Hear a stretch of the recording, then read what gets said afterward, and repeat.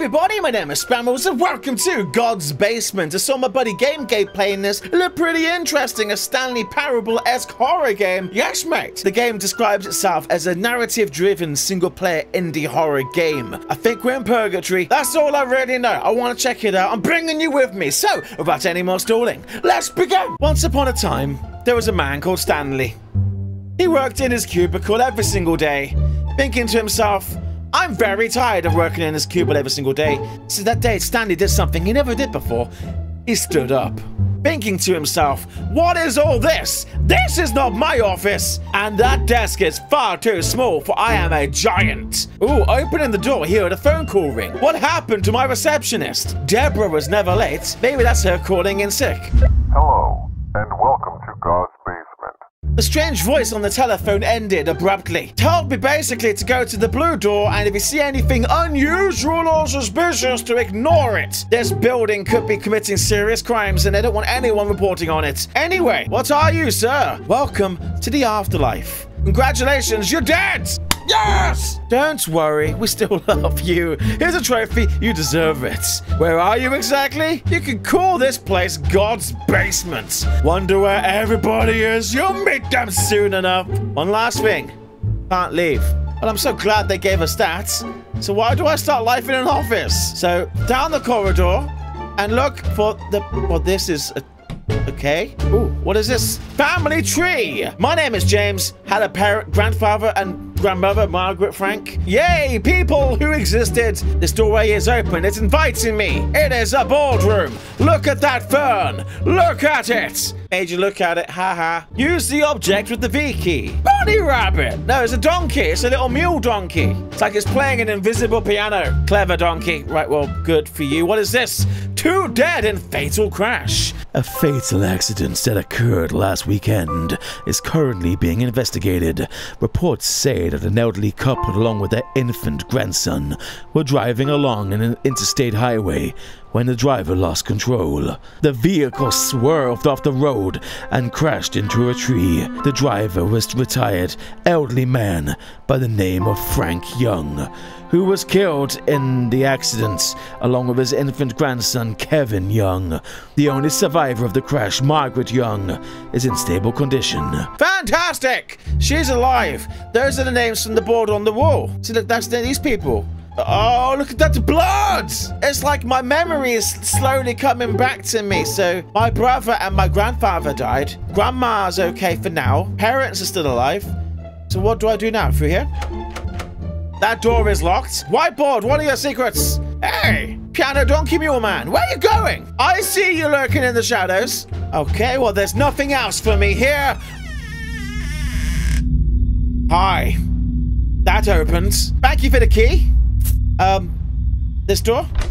Marvelous! Demon, wherever you are, salutations, good sir. So the idea of this being like the Stanley Parable, well, Stanley Parable is all about the narrator telling you to do one thing, and you can kind of go against it, leading to multiple endings and stuff like that. Now, how that could apply in a horror scenario, I'm not entirely quite sure, but I'm excited to find out. So Stanley continued walking around God's basement, pondering to himself, am I dead or am I alive? The thing on the wall said, I'm never leaving here, but grabbing a hammer, he realized, hey, maybe I could just smash my way out. Up ahead was the blue door that the voice told him to go towards. It was planked.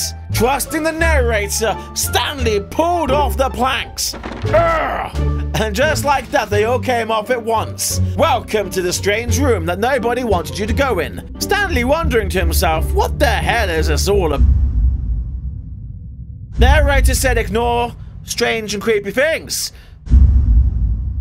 You're still looking at me. Could you stop looking at me? I'm new here, okay? You clearly been here a while. The face gives it away. I'm just gonna stay over this side of the room. Fantastic. You know what? Actually, you know what? Give me a chance. How's it going?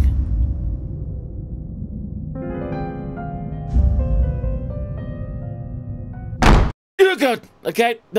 She got upset looking at me, apparently. Okay, well, creepy door was creepy. Stanley wondered, should I investigate?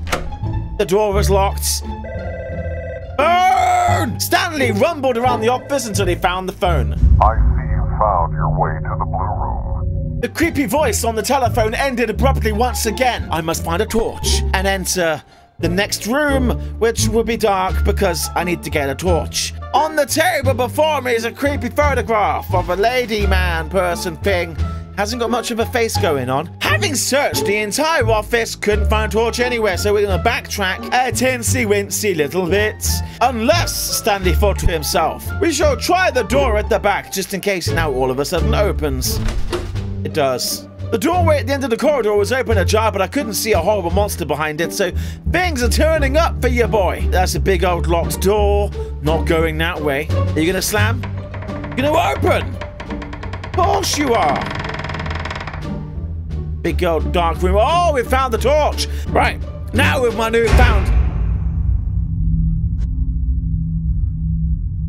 We should leave. Bad guys up ahead. Don't let bad guy catch you, otherwise game over. Gaming 101 since forever. However, I like the idea of if you ignore their existence, then maybe they won't aggro onto you?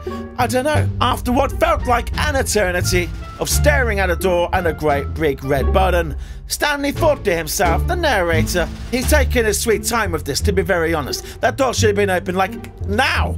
But no, at any moment a ghosty ghoul could come up to me, start fondling me, and I'd be like, no, ghosty, stop it, I don't acknowledge your existence. But even in spite of all of this stalling, the door is still locked.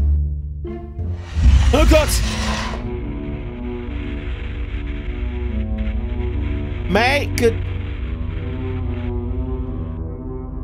you hurry up with the lock, please? Because...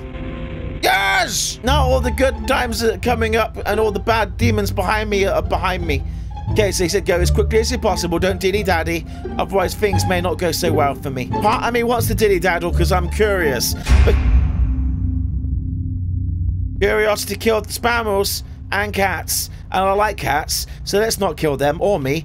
I guess the door back here should now be openable. Stanley thought to himself, I sure hope there's no monsters around. But trying the door, it continued to be locked. Backtracking to where we first entered this room, there were some papers. Let's have a read.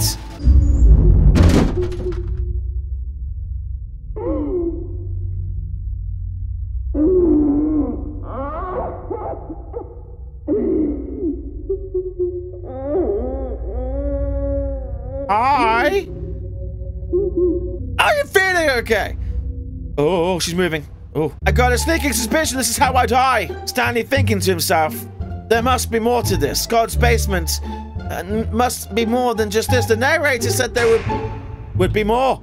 And the narrator was right. The lights have come on. The door is open. Okay, there's a television and there's a wall of crazy. That television's gonna burst. Looking around the room, Stanley was confused with himself, but there was nothing in here to interact or to play with.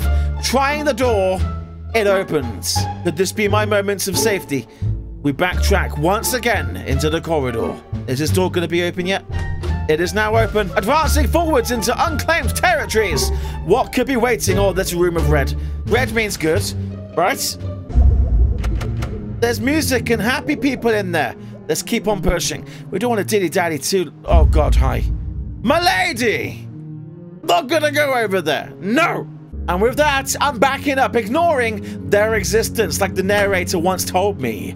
But, yeah, nowhere else to go, to be honest. Let's have a little tickle, then. The door just closed. Hey, lady! Yeah, I'm not the guy that you may be looking for. Oh, the light went out. In my face? It's gonna be in my face. Bracing self for facial invasion. Yeah, I can still see it there. That's kind of cool. Sneaking out the darkness like that. Violin getting higher and pitched. Ah! She just twerks towards me. Ah! And just like that, it was over. Looking around, Nanny McPhee zombie version disappeared.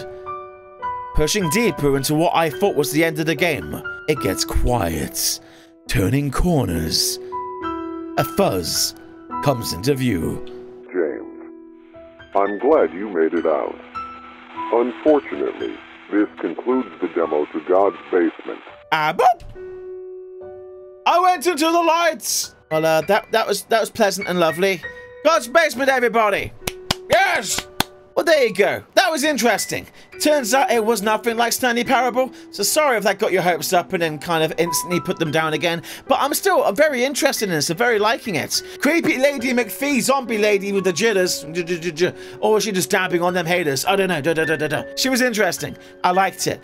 The voice of the narrator, very annoying. Like, I didn't like that at all. If I'm the developers, if you're watching, re-record all that dialogue. I know you're trying to go for the telephone voicey thing, but it just sounds like a computer speaking, and it just sounds like crap. I liked it. I like to see more. Did you like it? That's the important question. If you did, leave a comment down below with your thoughts and opinions. And on that bombshell, thank you for watching. Rate, comment, and subscribe, and I'll see you in the next episode. Goodbye, everybody!